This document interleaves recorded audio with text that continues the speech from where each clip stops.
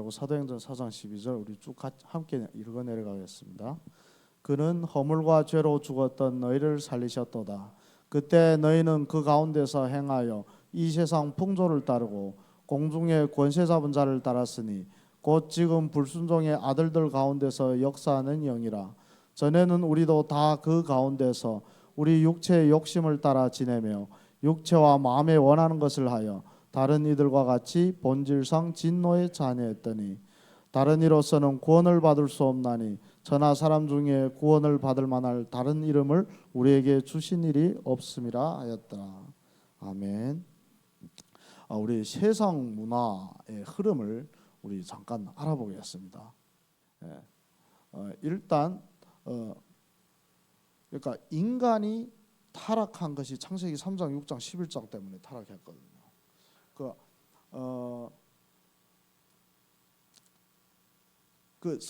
사단이 이렇게 인간을 그러니까 하와를 꼬신 게 네가 그거 먹으면 하나님 된다.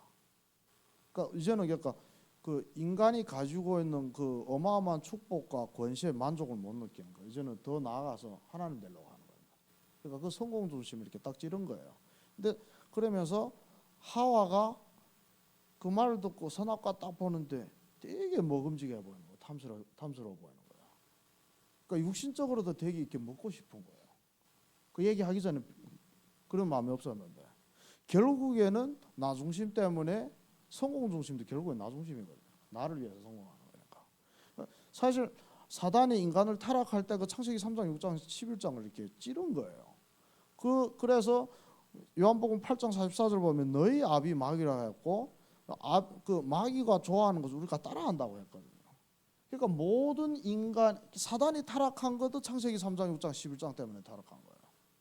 그러니까 지극히 높은 자와 동등하게 가 있겠다고 사단이 그렇게 얘기를 하고 지가 하나님 되려고 한 거예요. 지가 주인 되려고 한 거고 사단이 그렇게 타락했고 똑같은 방법으로 인간을 타락시켰고 아담과 하와 이후에 태어난 모든 남자의 후손은 창세기 3장, 6장, 11장 이렇게 빠져 있습니다. 대놓고 내가 내 주인으로 사는 게 진짜 가치 있는 삶이라고 여기는 거예요. 모든 인간에. 그리고 저게 되게 수준 높고 멋있는 얘기가 됐습니다. 다음, 그 모든 인간은 이게 물질을 따라가기 위해서 그 뭐라고 할까요? 저게 다 달러잖아요. 저게. 그러니까 모든 사람이 그러니까 돈 따라갈 수밖에 없는 거예요. 돈 따라가게 되고 사실 돈 따라가는 게 육신 따라가는 거고. 그 저 피라미드 같은 거는 그러니까 내가 하늘 꼭대기까지 치어 올라가 가지고 내 영광을 만천하에 드러내겠다는 거죠. 그게 바벨탑 사건이었고 모든 인간이 야망이고. 그런데 사실 뒤에서는 저 보이지 않는 손이 컨트롤하는 거죠. 마귀가.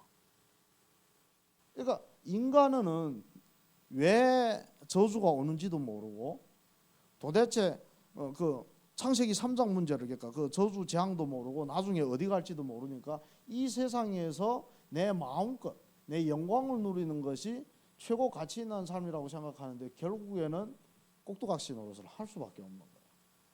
다음, 이게 지금 공유잖아요. 지금 그 그러니까 영화를 찍고 그 쉬는 시간에 이렇게 제사 드리는 모습들, 그러니까 돼지대가리 앞에다 놓고. 다음, 이것도 이 배우들이 지금 이렇게 제사 지내는 모습들이에요. 왼쪽에서 돼지머리 보이죠? 다음, 이것도 마찬가지고. 그러니까 영화 찍다가 지금 복장도 그러니까 입지 못한 채로 지금 제사를 드리는 겁니다. 다음, 저 배우 이름 뭐죠? 저것도 상당히 이름 있는 배우인데. 저기도 지금 돼지머리 놓고 지금 제사 드리는 거예요.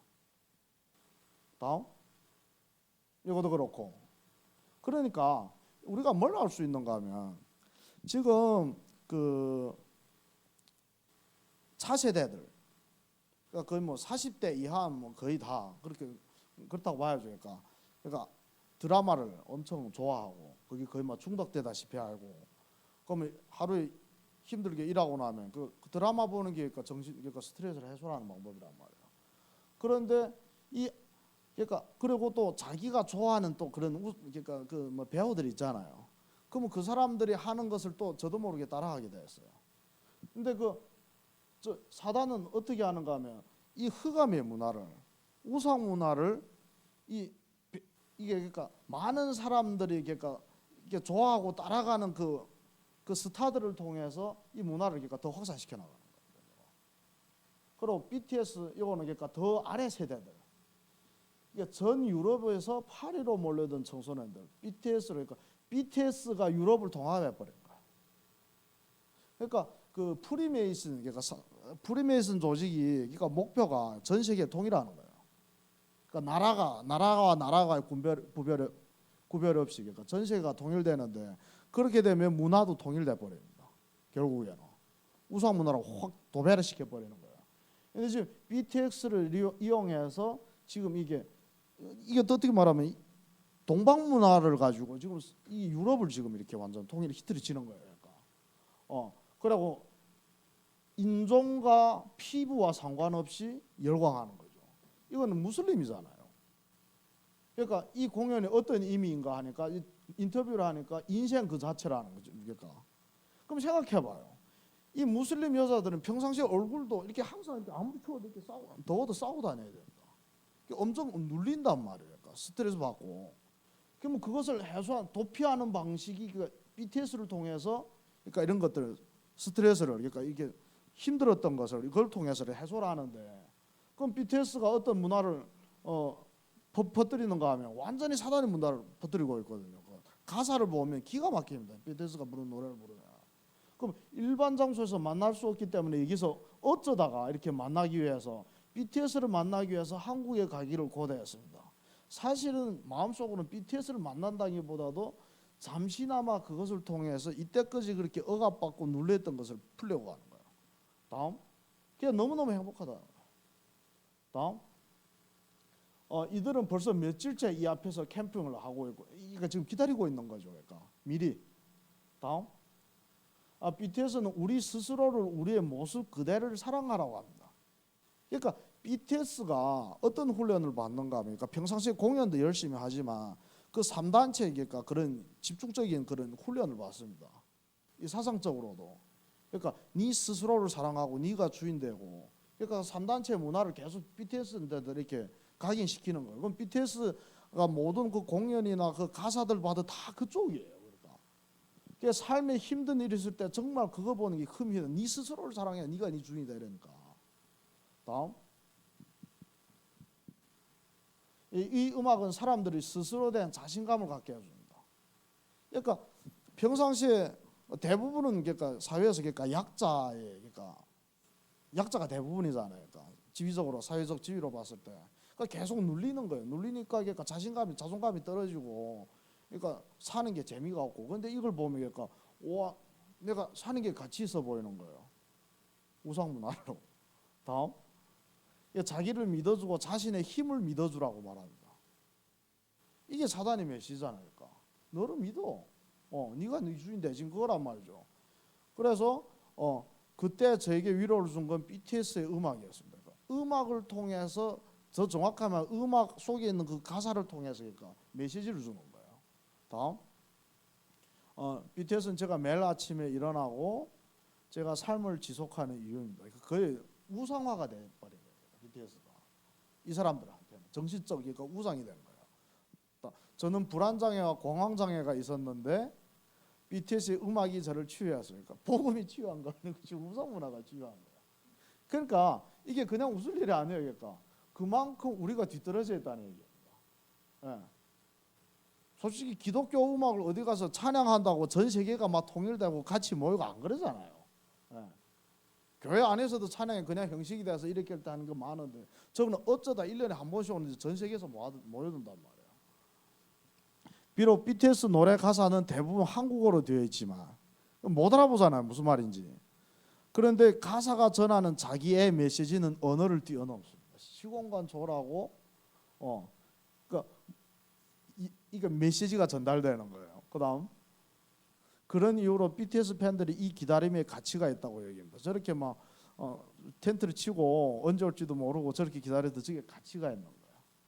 그 우리 그 다락방 그러니까 그 초창기 때는 그 열정, 그 열심. 그러니까 훈련을 기다리기 위해서 미리 와서 자리만 차지하고 있고, 이 목사님 어디 간 다음에 또 미리 가서 외국까지 따라가지고 그게 유사한 거예요 지금. 다음.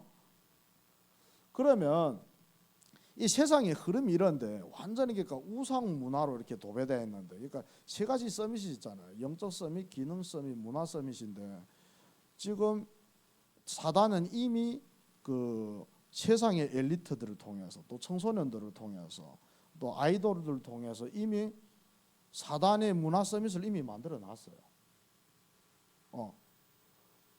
그러면 이 모든 그러니까 뭐랄까 이걸로 인해서 결국에는 사람들이 더 깊은 그 영적 문제에 빠지게 되고, 결국에는 저게 잠시뿐이고 더 큰 문제가 오게 되는데, 그러니까 막 자살도 하는 거고. 근데 이런 모든 문제들이 근원이 뭐냐? 사실 그 지금 저 자료들 있잖아요. 다락방에서 얻어온 자료들 아닙니다. 저 기존교에서 다 지금 정리를 한 거예요. 그러니까 이런 현상을 기존교회도 봤다 얘기예요. 그러니까 지금 전 세계 문화가 지금 사단의 문화로 도배됐다는 걸 기존교회에서도 이미 인식을 했고 저걸 만들어내기까지 다 한 거예요. 그런데 조금 안타까운 것은 지금 사단의 문화로 도배된 거 알고 이렇게 놔둬서는 안 되는 거 아는데, 그러면 이 문제를, 그러면 요 우상 문화를 지금 바로, 그러니까 만약 예를 들면 BTS를 해산시킨다고 그 문제가 없어집니까? 근원을 모르는 게, 창세기 3장을 모르니까 그걸 아무리 경계심을 가지고 데모라고 해도 이 근원을 모르기 때문에 그 현상만 없애려고 하는 거예요. 문제 근원을 모르니까. 그럼 이 모든 문제의 근원이 결국에는 하나님을 떠난 데서부터 시작했는데, 그럼 하나님을 떠났다는 것은 영이 죽었다는 얘기거든. 그러니까 죄와 허물로 죽었던 너희를 살리셨도다. 그럼 하나님을 떠났다는 것은 떠나는 그 즉시 창세기 1장 27절에 하나님의 신분, 자녀의 신분을 잃어버리는 거고, 그리고 하나님을 떠났다는 것은 그 모든 권세와 축복을 다 잃어버리는 건데, 그러면 하나님을 떠나기 이전에는 죽음도 없었고요, 고통도 없었고요, 슬픔도 없었고요, 눈물도 없었고요, 전쟁도 없었고 아무것도 없었습니다. 아무 문제도 없어요. 창세기 3장 이전에는. 다시 말하면 하나님을 떠난 데서부터 모든 문제가 시작됐다는 것을 못 보는 거예요. 못 보니까, 그러니까 그러니까 지금 우리 나타난 모든 문제들이 결국은 다 저기서부터 파생된 건데, 저게 안 보이면 그 파생된 문제를 해결하려고 합니다. 그럼 그 문제를 해결해도 또 다른 문제가 와요. 끝이 없어요. 근본을 해결해야 되는데. 그래서 저 문제의 근원을 우리가 정말 계속 지금 이때까지 30년 동안 이 근본 언약을 우리가 이렇게 계속 듣게 됐단 말이죠. 그러면 하나님을 왜 떠났을까요? 죄 때문에 떠난 겁니다. 그 죄는 무슨 죄냐? 말씀을 말씀대로 안 믿는 죄, 불신앙하는 죄. 반드시 죽는다고 했는데 죽을까 하노라. 그래서 성경의 죄에 대한 그 정의가 뭐냐면, 죄에 대하여라 하면 너희가 나를 믿지 아니하며, 나를 안 믿는 게 죄란 말이에요. 하나님의 자녀가 하나님 말씀을 안 듣는 거예요. 안 믿는 거예요. 그 죄가 어떤 결과를 가져왔는가 하면 죄의 삭슨 사망이고 그 이후에 심판이 있는 거죠. 그리고 모든 사람들이 하나님을 떠나서 죄에 잡힌 모든 사람들을 사단이 확 잡아버린 거죠. 그래서 사망 권세에 완전히 가둬놓습니다. 그러니까 이 세상이고 뭐 속이고 재앙 주는 거 그거는 기본이고, 죽은다, 심판받아서 죽은다, 완전히 사망과 지옥 권세에다 가둬놓는 거예요. 그래서 모든 문제의 시작이 사실 창세기 3장 17절부터 19절에서 이미 나와요. 17절에 보면 땅이 너로 말미암아 저주받는다고 했어요. 이거는 창조 질서가 파괴되는 거예요. 근본적으로. 그러니까 땅이 인간을 위해서 존재를 했는데, 인간이 죄로 말미암아서 땅이, 그러니까 창조 질서가 파괴되면서 오히려 그러니까 인간이 오히려 땅에 피해를 받게 되는 거죠. 그 전에는 그렇게 뭐 먹을 걱정을 안 했는데, 땅이 저주받으니까 어떻게 되죠? 비가 안 오면 먹을 게 없어요. 그냥 굶어야 돼요. 그러니까 완전히 그러니까 이 자연재해를 그러니까 맞을 수밖에 없는 상태고, 창세기 6장 보면 하늘도 저주받습니다.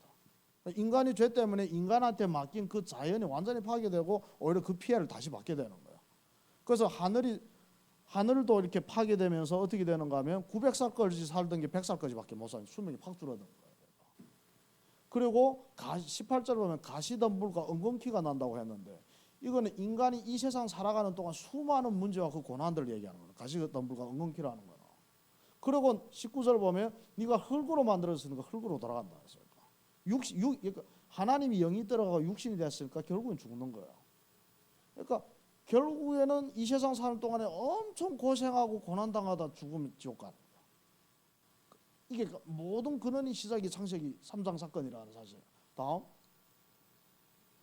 그러면 하나님이 여기에 대해서 주시라는 유일한 해답, 어떻게, 혹은 또 하나님이 보시는 유일한 문제가 창세기 3장이기 때문에 거기에 대한 유일한 해답도 창세기 3장 문제의 해답인 그리스도라는 거죠.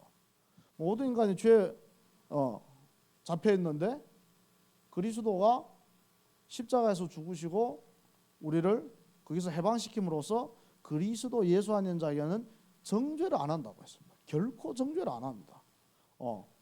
그리고 왜 정죄를 안 하냐? 성령의 법이 어떻게 하면 생명의 법이거든요. 성령의 법이면 그러니까 성령이 들어가면 생명을 얻게 되는 겁니다. 이게 성령의 법이에요. 성령의 법이 우리를 어디에서 해방하였는가 하면 죄의 삭슨 사망이라는 법에서 우리를 해방한 거예요. 그러니까 법적으로 이렇게 해방시켜 가지고 우리를 정죄를 안 하는 거예요. 죄를 짓는데 정죄를 안 하는 거예요. 다음. 그리고 마귀가 그 사망 권세를 꽉 붙잡고 있고, 그리고 이 세상에서 우리가 살아갈 때 엄청 우상 숭배라고 하나님 못 만나게 하고 불신하게 하고 하는데, 그 마귀가 하는 일을 멸하는 길도 그리스도라는 거죠. 그래서 죄를 짓는 자는 마귀에 속하는데 마귀는 전부터 범죄하고 하나님의 아들이 나타나신 것은 마귀의 일을 멸하려 하심이라. 이거 우리가 보통 표현할 때 마귀를 멸하려 왔다는데 그 마귀를 아직 멸하지 않았습니다. 마귀의 일을 멸한 거지. 마귀의 일이라는 건 마귀가 하는 그 모든 역사들.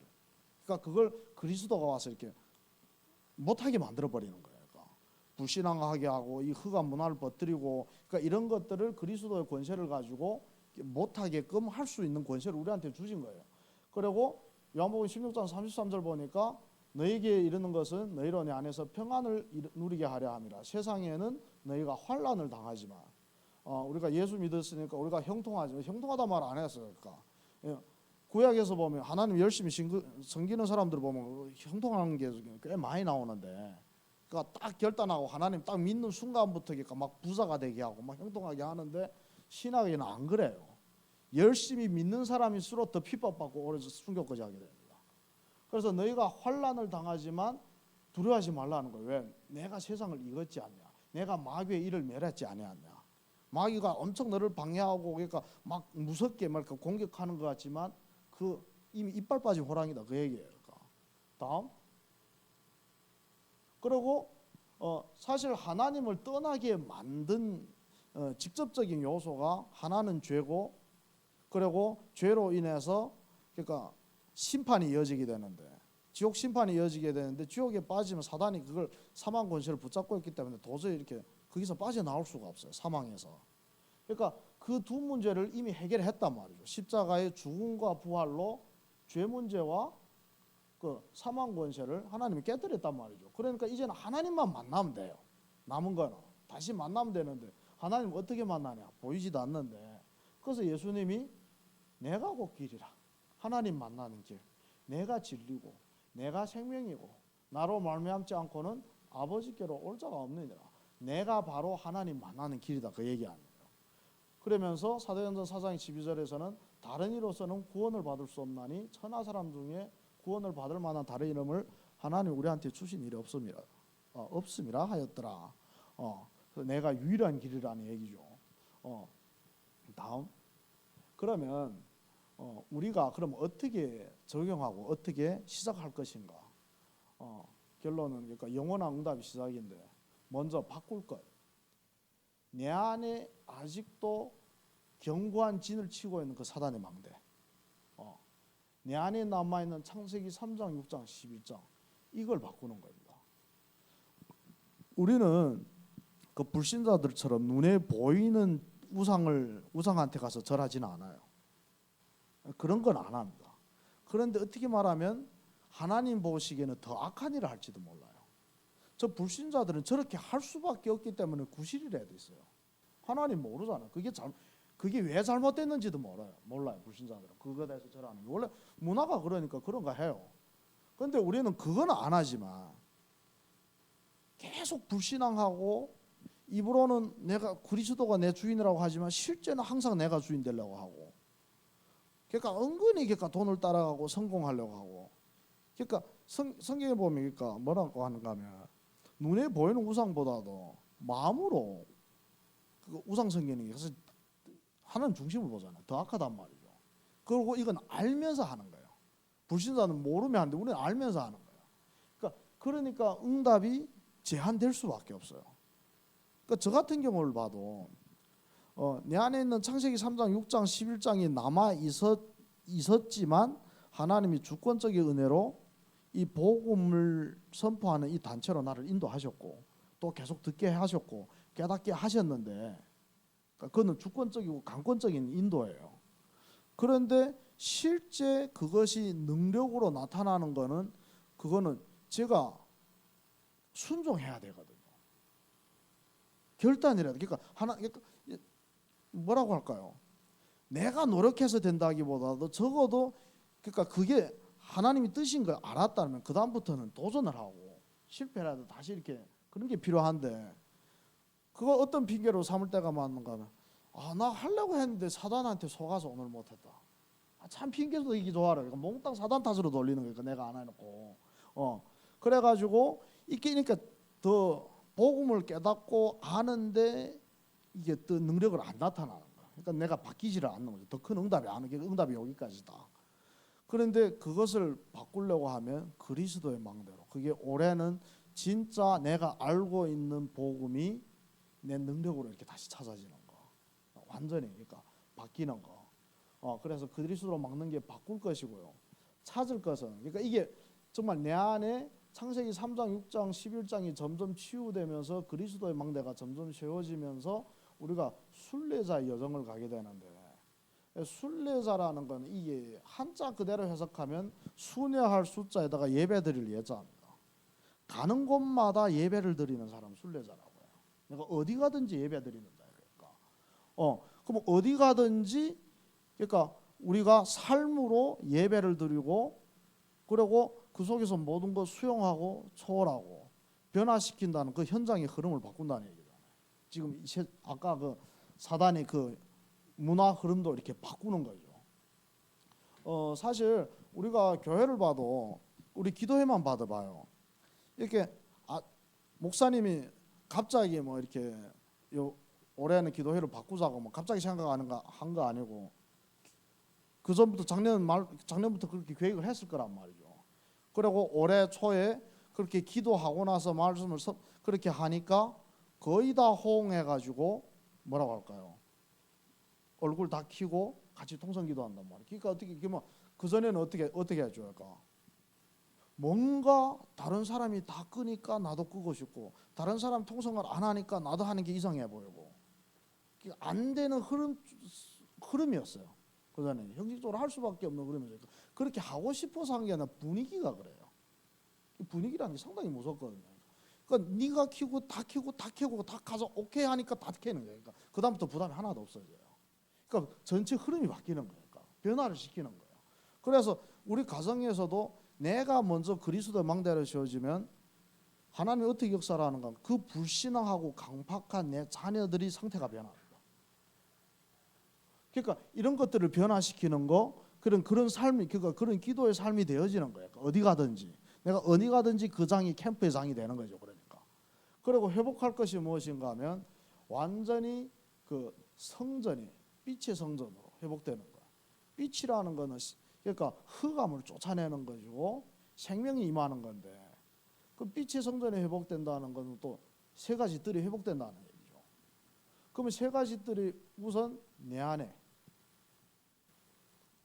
세 가지들이 회복되고 교회도 세 가지들이 회복되고 우리 교회 같은 경우는 다민족들이 이미 있어요. 주일학교 거의 다 TCK거든요. 그리고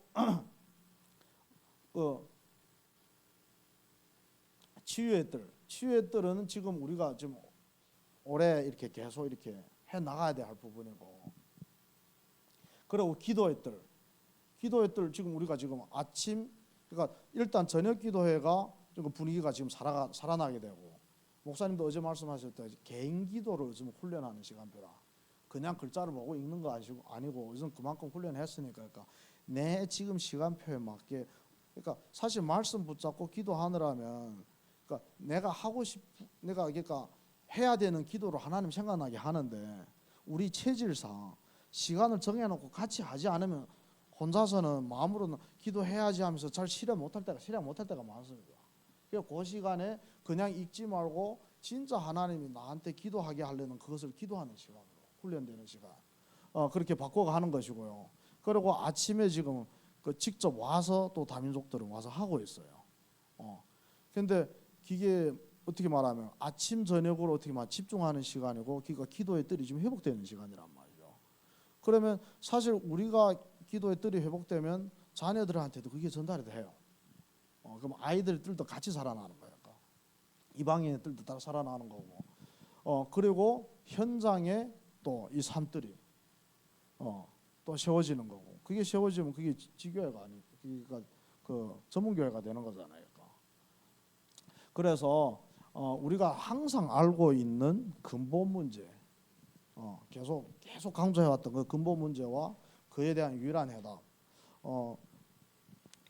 저는 그 뭐라고 할까요? 그 전에 한 1년 전이에요. 제일 답답했던 게 뭐냐면 모든 문제 해결자인 게 믿어지는데 왜 정작에 뭐라고 할까? 요 문제가 왔을 때는 정작의 문제가 딱 오면 머리로는 야 문제 아니다 다 끝났어 하는데 구호는 그렇게 외치는데 억지로 하는 모습들 결국에는 신경이 계속 쓰이는 거예요. 그 문제가 계속 거슬리는 거예요. 해결이 돼야만 속 시원하고 그래야만 응답이라고 생각하는 거죠. 그러니까 엄청난 개입이 계속 있었는데 오랫동안 몇 년 동안 그렇다고 또 너무 안 되는 척 할 수 또 되는 척 또 어떨 때는 또 해야 되고 그런데 제가 윤재숙 전도사님 이렇게 메시지를 한번 딱 들으면서 이렇게 확 뛰는 게 뭐가 불신앙이냐? 하나님이 보는 문제를 그러니까 하나님이 문제를 안 보는데 내가 그것을 문제로 보이는 게 불신앙이다라고 했거든요. 그럼 하나님 보는 문제가 뭐냐? 모든 문제의 근원은 창세기 3장의 문제다. 그 말 딱 듣는데 약간 모든 게 이렇게 확 뚫리는 느낌이었어요. 그러니까 그래.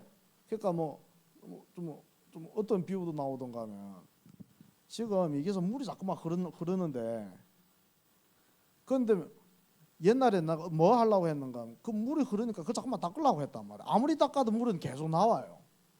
그 물이 흐를 때는 어딘가에서 물이 나오는 근원이 있을 거 아닙니까? 그 천방 보니까 지금 수도꼭지가 지금 열려 있는 거예요. 저거 닫아버려야 물이 더 안 나오는데 저거는 안 보이고 자꾸만 이것만 눈에 보이는 이것만 해결하려고 하는 거예요. 그러면 저게 안 보이면 이거 아무리 해도 결국에는 힘만 빠지고 끝이 없는데 저게 보이면 물이 흘러도 저게 문제를 안 보이는 거예요. 저것만 닫아놓으면 이게 끝나는 거니까. 그리고 저것만 닫으면 안 닦아도 자기절로 말라요. 그 무슨 말인가 하면 그리스도가 진짜 창세기 3장이 모든 문제의 근원으로 보이면 눈에 보이는 문제를 냅두고 해결이 안 돼도 나한테는 영향을 못 주는 거예요. 이것이 이렇게 딱 발견이 된 거예요. 그러니까 실제로 뭐라고 할까요?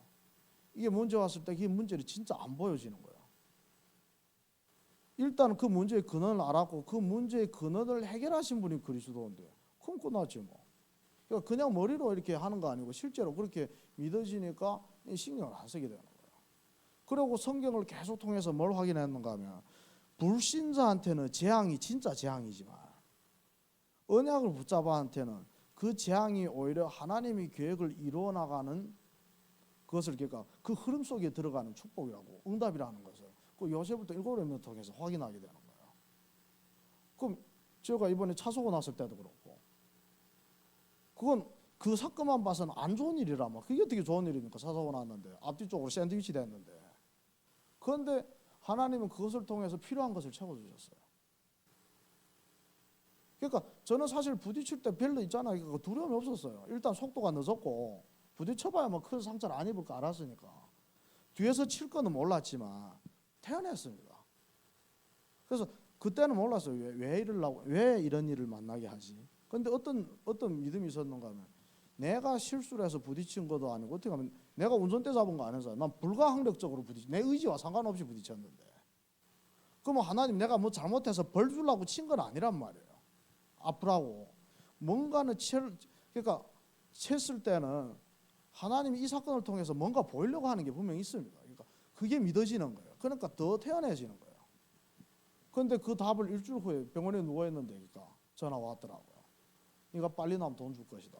마침 거기 중국에 들어가겠다고 했는데 그러니까 하나님이 좀 모든 것을 합력해서 이루시는 것을 이렇게 직접 확인하게 되니까 실제로 언약 붙잡은 나한테는 다른 사람들한테 오는 저 재해라든지 그 재앙들이 나한테는 응답이 된다는 그 믿음이 생기는 거야. 그러니까 유흥사 그러잖아. 문제를 도피하지 말고 정면 돌파를 하라고 하잖아. 이게 그리스도가 답으로 안 보이면 그 정면 돌파가 내 깡으로 해야 되거든요. 그러니까 억지로 해야 돼. 그런데 그게 믿어지면 태연하게 이렇게 막 부딪힐 수가 있는 거예요. 그러니까 나를 해치지 못할 거니까 독을 마실지라도 해야지 않는다는데 그리스도 믿는 우리들한테는 그래서 계속 듣는 얘기지만 실제로 여기 앉아 있는 모든 분들이 모든 문제가 우리가 보는 문제는 하나님이 보는 문제가 아니고 하나님이 보는 문제를 우리가 보는 문제로 보는 것이 진짜 응답이고 그러기 때문에 그리스도가 답이 된다는 거죠. 우리가 확인되면 이 일의 증인으로 설 수가 있잖아요. 예. 그러게 되면 그 나머지 거는 그냥 따라서 오는 것을 저는 봤습니다. 제가 정말 노력하는 사람 아니거든요. 제가 이때까지 태어나서 노력해 본 기억이 별로 없어요. 어쩌면 되게 태만하게 해왔는데 하나님 계속 응답을 주셨습니다. 계속 응답을 줬는데 보니까 하나님이 딱 기뻐하셨던 게 그건 것 같아요. 물론 은혜지만 하나님이 그 어떤 사인을 줬을 때 확실하게 줬을 때 모든 객관적으로 준비 안 된 걸 다 무시하고 오케이하고 순종한 거 그거 하나님 제일 기뻐한 것 같아요. 그것도 하나님의 은혜죠. 그래서 모든 정말 실제로 그리스도의 증인이 되는 저희들 되길 그리스도 이름으로 축복합니다. 우리